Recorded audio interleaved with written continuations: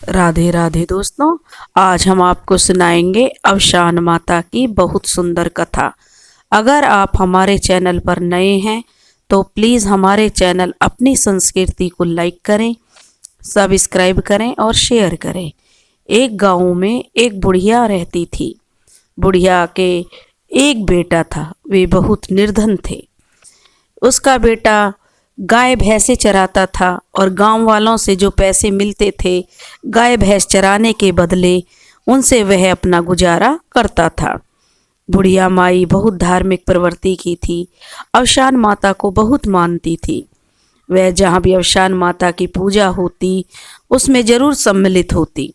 अपने बेटा को वह बहुत प्यार से रखती थी। उसका नाम उसने भोला रख रखा था। वह बहुत सरल स्वभाव का था। जो उसे कोई जो कुछ दे देता वह ले लेता था। किसी से भी कभी भी जवान नहीं लड़ाता, किसी से भी कभी उसका झगड़ा नहीं हुआ। इसलिए गांव के लोग भी उसे बहुत पसंद करते थे। गर्मियों का टाइम था। वह जानवरों को चराने के लिए जंगल में लेकर गया। धूप तेज थी। ज्येष्ठ का माह था। अब ज्येष्ठ महीने में उसे धूप लगने लगी। गाय भैंसे अपना चर रही थीं तो वह एक पेड़ के नीचे जाकर बैठ गया। उस पेड़ पर एक पक्षियों का जोड़ा था जो आपस में बातें कर रहे थे कि एक राज्य की जो राजकुमारी है वह इतनी सुंदर है कि अगर उसे देख ले तो भूख प्यास तक भी लोग भूल जाते हैं। वह इतनी सुंदर राजकुमारी है। अब वह उन पक्षियों की बात सुन रहा था। उसने सोचा कि वह कैसी राजकुमारी होगी। वे पक्षी कह रहे थे कि उस राजकुमारी का नाम रूपमती है और उसके पिता ने 3 शर्तें रखी हैं। जो कोई भी उन शर्तों को पूरा कर देगा तो राजा उसके साथ अपनी कन्या का विवाह कर देंगे। क्योंकि राजा की जो शर्तें हैं वे आज तक किसी से पूरी नहीं हुई हैं, इसी कारण अभी जो राजकुमारी रूपमती है वो कुंवारी है। अभी तक उसका शादी नहीं हुई है। यह बातें जब उस लड़के ने सुनी तो वह शाम को घर आया और उदास होकर बैठ गया। तब उसकी माँ ने पूछा, बेटा क्या बात है, तुम इतने उदास क्यों हो? तो कहने लगा, माँ किसी राज्य की राजकुमारी है जिसका नाम रूपमती है। वह बहुत सुंदर है। कहते हैं कि अगर उसे देख लो तो लोग खाना पीना तक भूल जाते हैं। मुझे उस लड़की से शादी करनी है। तब बुढ़िया माई कहने लगी, अरे मूर्ख, तू तो मेरा कितना भोला सा बेटा है। जरा ये तो सोच कि हम कितने निर्धन हैं और वो कहाँ राजकुमारी। भला वो तुझसे क्यों शादी करेगी? अरे राजा तो तुम्हें कोई ना कोई दंड दे देगा। इससे अच्छा है उसका विचार अपने मन से निकाल दे। बेटा हम तो इतने निर्धन हैं, जैसे तैसे अपना गुजारा कर रहे हैं। भला हमारे घर राजकुमारी कैसे आएगी? अब उस लड़के ने जिद पकड़ ली। वह हट करने लगा तो उसकी माँ कहने लगी, बेटा जिसका कोई अता पता भी नहीं है तुम उसे खोजने के लिए कहाँ जाओगे? वह कहने लगा, माँ मुझे तो राजकुमारी रूपमती से ही शादी करनी है, चाहे कुछ हो जाए। अब वह अपनी माँ से बोला कि माँ मैं रानी रूपमती को खोज लूँगा। उसकी माँ ने उसका मन रखने के लिए कह दिया, ठीक है बेटा, जो तुझे अच्छा लगे वो कर। मेरा तो तू ही इकलौता सहारा है। मुझे तो तेरी खुशी में ही मेरी खुशी है। अब वह लड़का अगले दिन सवेरे उठा और बोला, माँ मुझे रास्ते में खाने के लिए भोजन बना दे। उसकी माँ ने बेचारी ने जो घर में चीज़ें थीं, जो भी था उस टाइम, उसने वो बनाकर उसको दे दिया। तो वह कहने लगा, माँ मुझे थोड़ा सा गुड़ और शक्कर भी दे दे। उसकी माँ ने बोली कि ठीक है, गुड़ शक्कर तो एक गरीबों की घर में मिलता ही है, क्योंकि और चीज़ ना हो तो बेचारे उसी से खाना खा लेते हैं, रोटी खा लेते हैं गुड़ शक्कर से। तो उसने गुड़ शक्कर भी रखवा दिया। और अब वह चलते चलते जा रहा था। चलते चलते वह एक जगह पहुंचा और थक गया। उसने देखा कि अभी तो कोई रास्ता ही नज़र नहीं आ रहा था। जिधर मुंह उठा उधर ही वह चलने लगा। जब वह जा रहा था तो उसने देखा कि एक जगह थक कर बैठ गया और एक पेड़ की छाँव में बैठ गया, तो उसे भूख भी लगाई थी।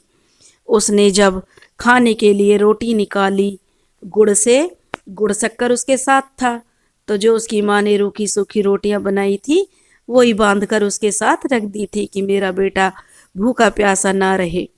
इसलिए उसको पानी और खाना दे दिया था। जब वह खाना खाने बैठा तो उसने देखा काफ़ी सारी चींटियों की लाइन लगी हुई है। तब उनमें से जो चींटियों की रानी थी वह कह रही थी कि आज तो हमें ज़रूर खाना मिलेगा, देखो कोई खाना खा रहा है। जब उसने चींटियों की बात सुनी तो उसने रोटियों को मसल के और उसमें शक्कर मिला के उन चींटियों के लिए डाल दिया। तब चींटी रानी कहने लगी, अरे ये तो बड़ा सज्जन पुरुष है, बड़ा भला मानस है, देखो इसने तो हमारा महीनों के लिए खाना इकट्ठा कर दिया। वह उस लड़के से कहने लगी, अरे भाई तुम कहाँ जा रहे हो? तो वह कहने लगा कि मैं राजकुमारी रूपमती को ढूंढने जा रहा हूँ, मुझे उससे शादी करनी है। तब वह चींटी रानी कहने लगी कि अगर तुम्हें हमारी ज़रूरत पड़े तो हमें निसंकोच याद करना, हम उसी टाइम हाजिर हो जाएंगे। वह बोला कि ठीक है, और वह खाना खाकर और उन्हें खिलाकर आगे चल दिया। उसने कुछ खाना बचाकर रख लिया। अब वह आगे चला तो उसे एक शेर दिखाई दिया जो लंगड़ा कर चला आ रहा था। उसे देखकर बुढ़िया का बेटा घबरा गया कि आज तो यह तुझे नहीं छोड़ेगा। तब शेर थोड़ी पास आया तो उससे कहने लगा, अरे भले मानस, कई दिनों में कोई मुझे दिखाई दिया है, तुम मेरा एक काम कर दो। वह कहने लगा कि नहीं, तुम तो शेर हो, मनुष्य को खा जाते हो, तुम तो मुझे खा जाओगे। वह कहने लगा, अरे नहीं, मैं शेर हूँ, भूख लगती है तो अपना भोजन तो सभी करते हैं, हमारा भी भगवान ने जो शिकार जीवों को बनाया है, तो हम भी मनुष्य या जीवों को मार कर ही खाएंगे, तो हम क्या खाएंगे? वह बोला ठीक है, लेकिन हमारे अंदर भी दिल है, हमें कोई प्यार स्नेह भावना दिखाता है तो हम उसको नुकसान नहीं पहुंचाते हैं। वह एक हिंसक जानवर के मुंह से ऐसे शब्द सुनकर लड़का जो आगे बढ़ा तो उसने देखा कि शेर के पैर में कांटा चुभा हुआ था। तो उसने उस कांटे को निकाल दिया तो शेर बहुत खुश हुआ और वह कहने लगा कि भाई, अगर तुझे ज़िंदगी में कभी भी मेरी ज़रूरत पड़े तो एक बार दिल से पुकारना, मैं वहाँ पर आ जाऊँगा।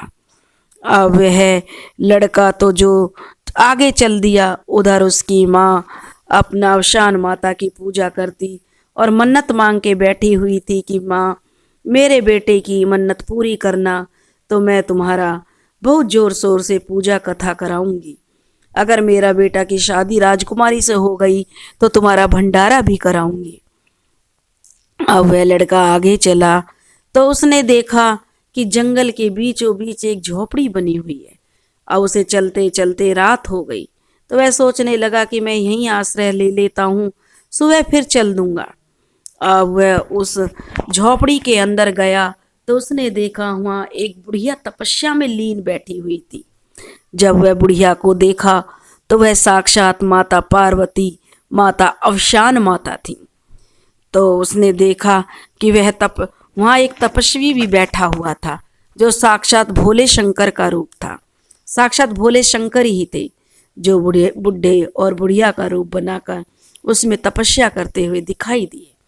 जब वह लड़का उस झोपड़ी के अंदर गया तो वह कहने लगा कि बाबा, क्या मुझे आज रात यहाँ आश्रय मिलेगा? सुबह मैं चला जाऊँगा, रात होने लगी है, मेरे रहने का कोई ठिकाना नहीं है। तो वह भोला जो शिव शंकर बने हुए थे बोले, बेटा तुम रात तो रुक सकते हो, लेकिन हमारे पास तो खाने पीने के लिए कुछ नहीं है, तुम क्या खाओगे पियोगे? तब वह लड़का बोला, बुढ़िया माँ बोली, बेटा मैं तो इतनी बूढ़ी हूँ कि कुछ बना भी नहीं सकती, मेरा तो शरीर भी साथ नहीं देता कि जो जंगल से फल भी बीन लाऊं जिससे ही हम खा लें, हम तो बस यहाँ भगवान के भरोसे बैठे हैं। तब वह लड़का कहने लगा कि अम्मा बाबा, आप जो है चिंता ना करें, मैं खाना साथ में लाया हूँ और जल भी साथ में है। तो वह उनसे कहने लगा कि मेरे पास इतना खाना है कि आप भी एक एक रोटी खा लीजिए, एक रोटी मैं खा लूँगा, और जल भी मेरे पास है, इसे पी लीजिए। तब वह बुढ़ा बुढ़िया बोले कि नहीं बेटा, हम खाना नहीं खाते हैं, हम तो यहाँ तपस्या में लीन हैं, लेकिन तुम कह रहे हो तो हम तुम्हारा जल अवश्य पिएंगे। और उन्होंने उस जल को पान किया तो वह बहुत खुश हुए। वह उस लड़के से बोले कि हम तेरी श्रद्धा भावना और तेरे सच्चे हृदय की पुकार से बहुत खुश हैं, बताओ तुम क्या कहाँ जा रहे हो।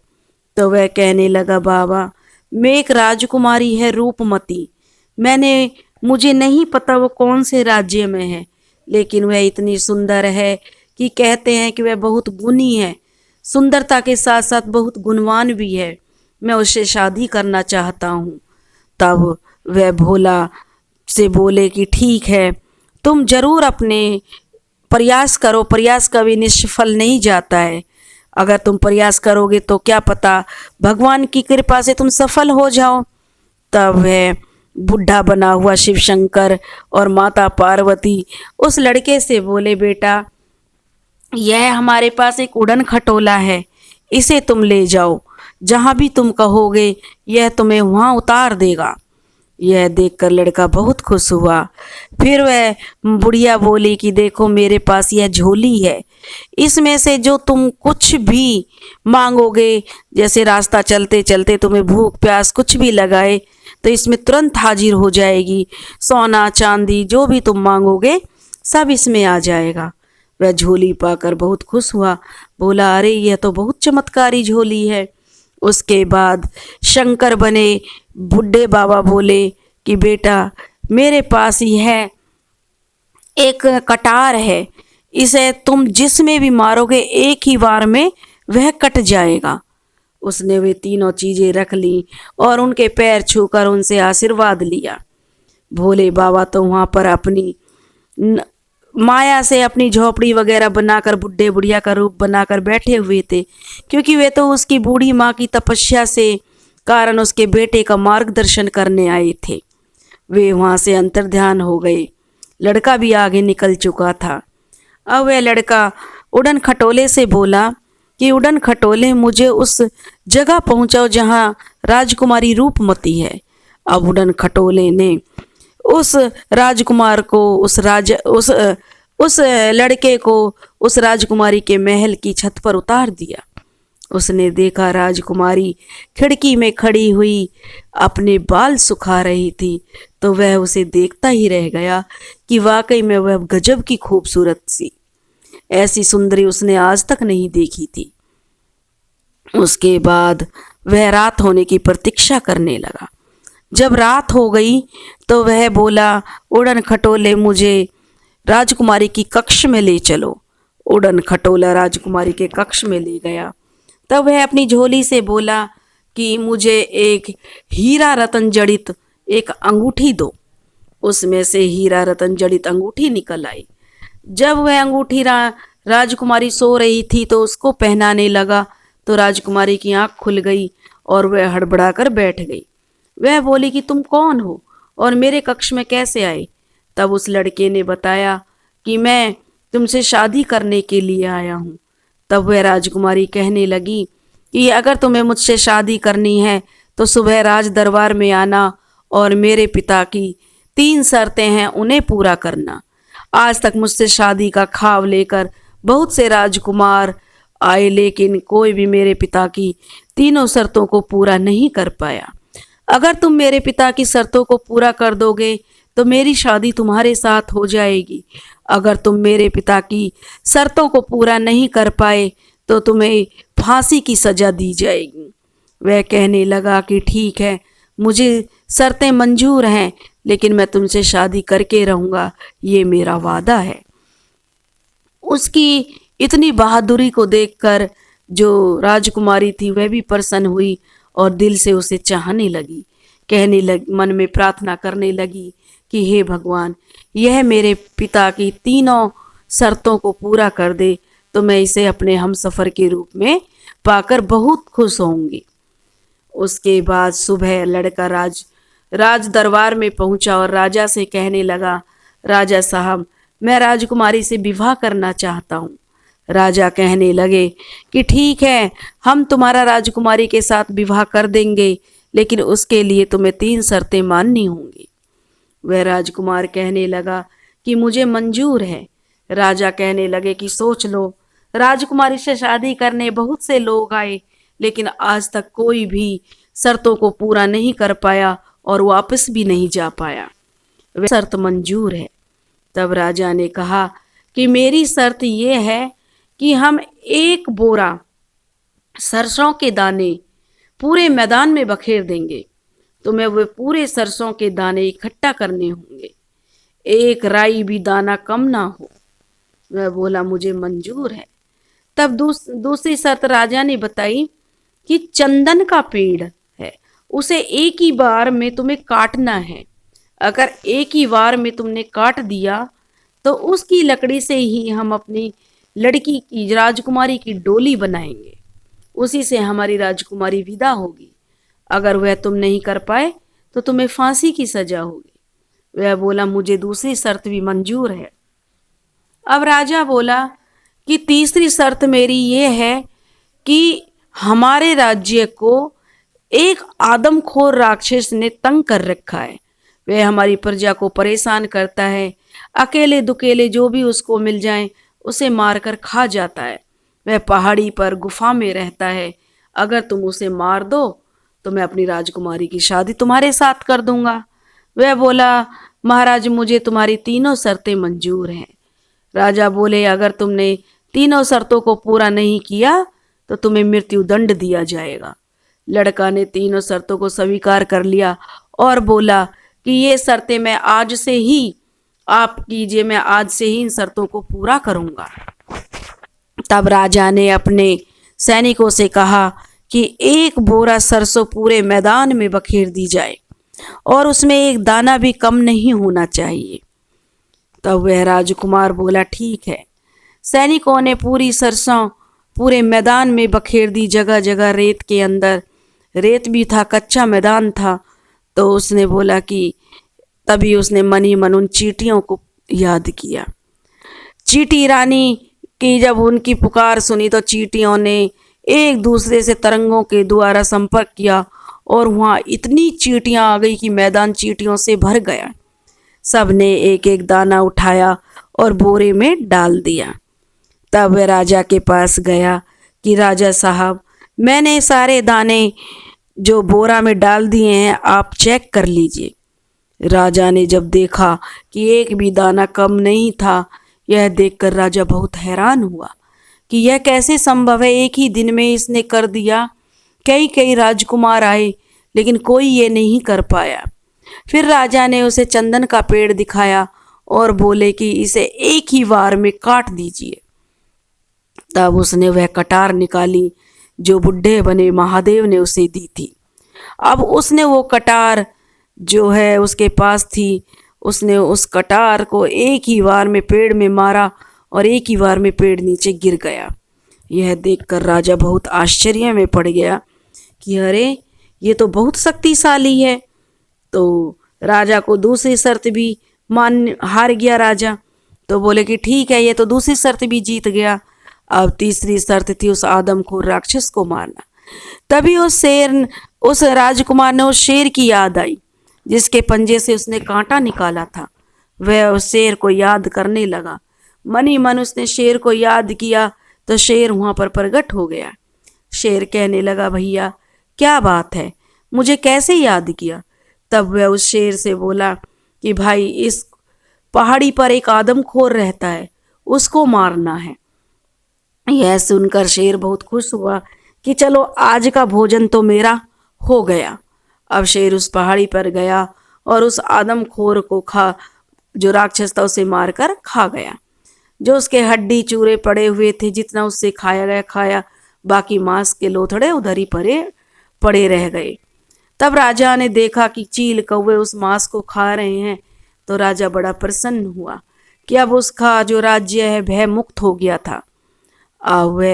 उसने खुशी खुशी अपनी राजकुमारी की शादी उस गरीब लड़के के साथ कर दी।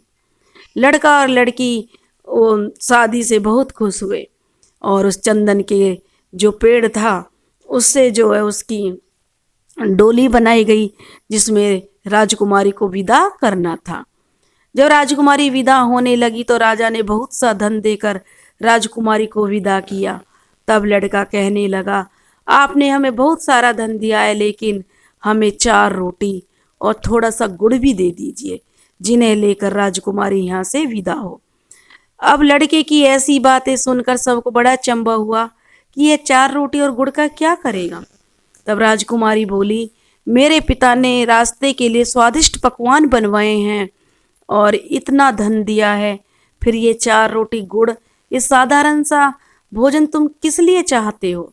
तब लड़के ने कहा कि रास्ते में मुझे चींटी रानी मिलेगी और काफ़ी सारी चींटियों को मुझे ये भोजन देना है। यह सुनकर राजकुमारी ने 4 रोटी और गुड़ लेकर अपनी डोली में बैठ गई। वहाँ से खुशी खुशी राजा ने विदा किया और लड़का अपनी पत्नी को लेकर अपने रास्ते चल दिया। जब वह रास्ते में आ रहा था तो उसी पेड़ के नीचे उसने आराम किया जहाँ बहुत सारी चींटियाँ थीं। उसने उन 4 रोटियों को मसला और उनमें गुड़ शक्कर मिलाकर वहाँ पे डाल दिया, जिससे चींटियाँ बहुत प्रसन्न हुईं। तभी तो कहते हैं कि चींटियों को जिमाने से विष्णु भगवान प्रसन्न होते हैं और जिनके काम ना बने उन्हें हमेशा चींटियाँ जिमाना चाहिए, उनके बिगड़े काम भी बन जाते हैं। व्यापार में रुकावट हो तो वह भी सही से व्यापार चलने लगता है, घर में सभी बलाएं टल जाती हैं। यह उसकी माँ उसे सिखाती थी। तो उसने जो उनको चींटियों को रोटी और डाल के आगे एक पड़ोसन दौड़ी दौड़ी बुढ़िया के पास गई, या माई तुम्हारा बेटा तो बड़े गाजे वाजे के साथ आ रहा है। यह सुनकर तो बुढ़िया को विश्वास ही नहीं हुआ। वह बोली कि ऐसे कैसे हो सकता है कि कहाँ तो हम इतने निर्धन गरीब, कौन अपनी राजकुमारी को मेरे बेटे के साथ ब्याहेगा, क्यों मुझसे मजाक कर रही हो। वह अपनी पड़ोसन से बोली। तो वह कहने लगी कि नहीं, मैं मजाक नहीं कर रही। जब वह बुढ़िया ने देखा तो उसकी बहू आई है, वह देखती ही रह गई। बहू तो बहुत खूबसूरत थी, ब्रह्मांड सुंदरी थी। तब उसने अपनी बहू की बड़े जोर शोर से स्वागत किया, गृह प्रवेश कराया और बोली कि माता रानी, तुमने तो मेरी लाज रख ली, मेरी सारी मनोकामना पूरी कर दी। अपनी बहू बेटा के साथ उसकी दरिद्रता का भी जो नाश हो गया, उसकी दरिद्रता भी दूर हो गई राजकुमारी के आने से।